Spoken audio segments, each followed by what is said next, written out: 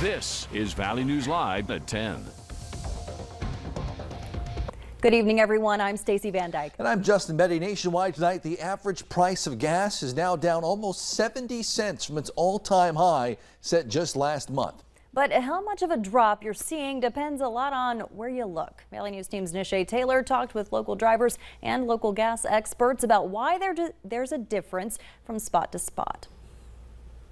Gas prices have been steadily declining across the U.S., easing the pain at the pump. Oh, I'm thrilled that they're finally coming down. According to AAA, the average price for gas in Fargo is $4.23, but not everywhere is the same. Gasoline prices are going to vary from station to station just because they're individual businesses. AAA's Regional Director of Public Affairs, Gene LeDucer, says a little variety is normal. Some, have policies that will allow their prices to drop quicker than others, and others, want to be the low price leader. Others just want to sell the gas, and they'll sell it for whatever price they can get for it. It varies even more from town to town. Gas is still up around $4.50 on average in some counties on the western part of the state. But back east in Richland County, you'll see prices just under $4. Mary Engen says she travels to Fargo often, but tries to fill up in Wahpeton to save a few bucks. When you put a lot of miles on, it's nice to have the cheaper gas. LeDucer says although drivers don't set the price, they can influence them. Where you tend to go shop for your gasoline, if it's the lowest price in the station, you're influencing the other stations in the community. Ultimately, they're going to have to lower their price. But he also says the variety of prices may be a sign of future relief across the board. That gives you an idea of where gasoline prices are headed, but not necessarily how fast they're going to get there. Nishay Taylor, Valley News Live. Gas prices are also varying by community in Minnesota. According to Gas Buddy, the lowest price for gas in Moorhead is $4.29, but in Detroit Lakes, it's fallen to $3.99. All right, taking a look outside. The temperatures are also a bit lower than they have been a few days ago, last week. To see what Mother Nature has in store for us going forward, here's First Alert Storm Team Chief Meteorologist Hutch Johnson. Hutch. Thanks so much. You too. We're looking at the Devil's Lake camera right now from our friends at the Home of Economy location. Now, see the bright skies back there? That's sunlight making it through the base of the clouds.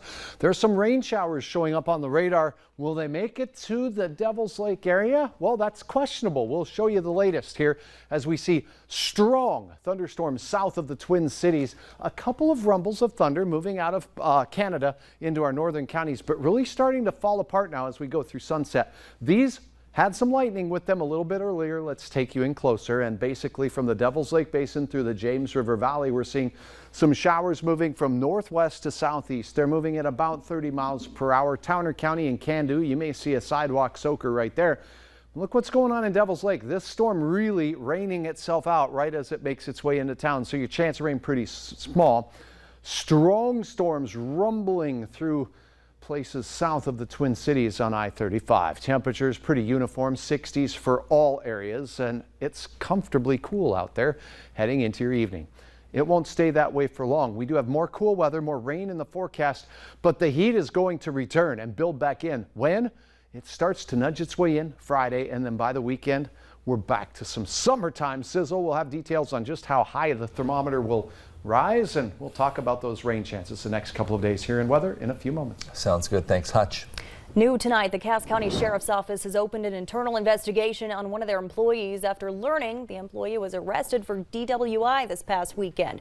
Deputy Savannah Grazer was arrested by the Becker County Sheriff's Office and booked into the Becker County Jail in Minnesota on Saturday.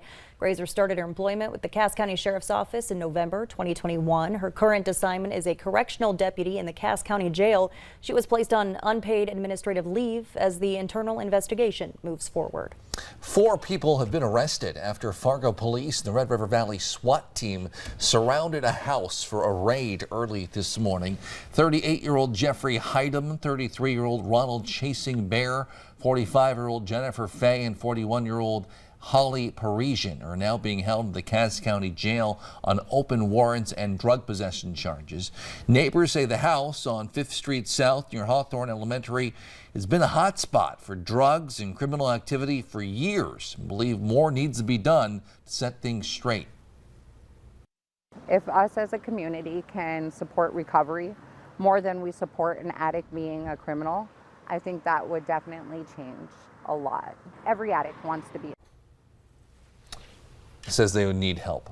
In the House, meanwhile, city inspectors say they found mold as well as foundational, structural stability and wiring issues. It is now labeled a dangerous building, meaning no one is allowed to live in or enter the home until improvements are made.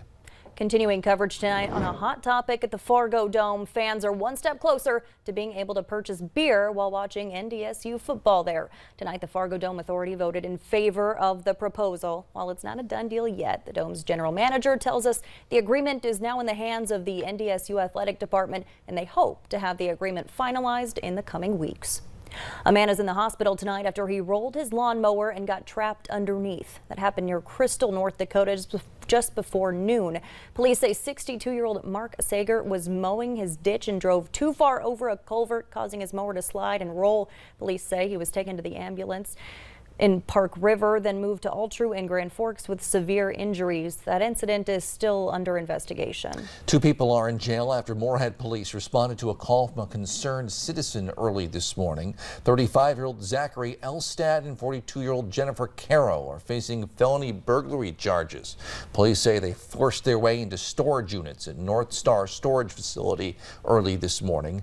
Police say they responded to a call of suspicious activity there and later found stolen tools and other property in their van.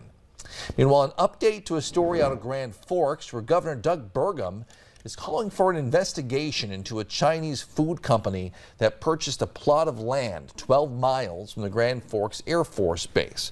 Earlier this month, Senators Hoeven and Kramer asked for a review of Fu Feng's land deal, citing the company's reported ties to the Chinese Communist Party. At a Grand Forks City Council meeting last night, the discussion surrounding the revised development agreement, well, got a little heated. I could answer the question. Let her talk. Maybe you should let her finish before you let her talk. The answer is city administrative staff worked with the Grand Forks Region EDC, and we worked with the state of North Dakota. We've been fighting this for a long time. We're sick of it. If the investigation finds the company's Chinese ties could compromise the Air Force Base, Grand Forks city leaders could nix the deal. President Biden also could cancel the deal if they see fit. Tomorrow is likely the last day for the Red River Women's Clinic to perform abortions in Fargo. Thursday, a trigger ban following the overturning of Roe v. Wade is set to make abortion illegal in the state. The clinic director hasn't said when the new location in Moorhead will be ready. In the meantime, some patients will be forced to travel hundreds of miles as the nearest abortion clinics will be in Minneapolis and Duluth. New information on Minnesota's Hero Pay applications. With 1.2 million Minnesotans applying, we've now learned the payouts will be about $400 per person, which is several hundred less than original estimates. Applicants will find out via email on August 16th whether their application was approved or denied. The appeals period is then open for another 15 days. Tonight, someone could be a new multi-millionaire. The Mega Millions drawing just happened moments ago. We'll bring you the numbers a bit later. The current jackpot sits at $830 million. Cash value almost $500 million. And locals we talk to have a lot of ideas what they can do with all that money if they won. I see a lot of people winning on them, so I think it'd be fun. What I would do with it is I would move away. I would buy a house. I would take my family members out and make sure they're okay, take care of them, each give them a little portion of money, and then I'd go out and have fun. Maybe at a park.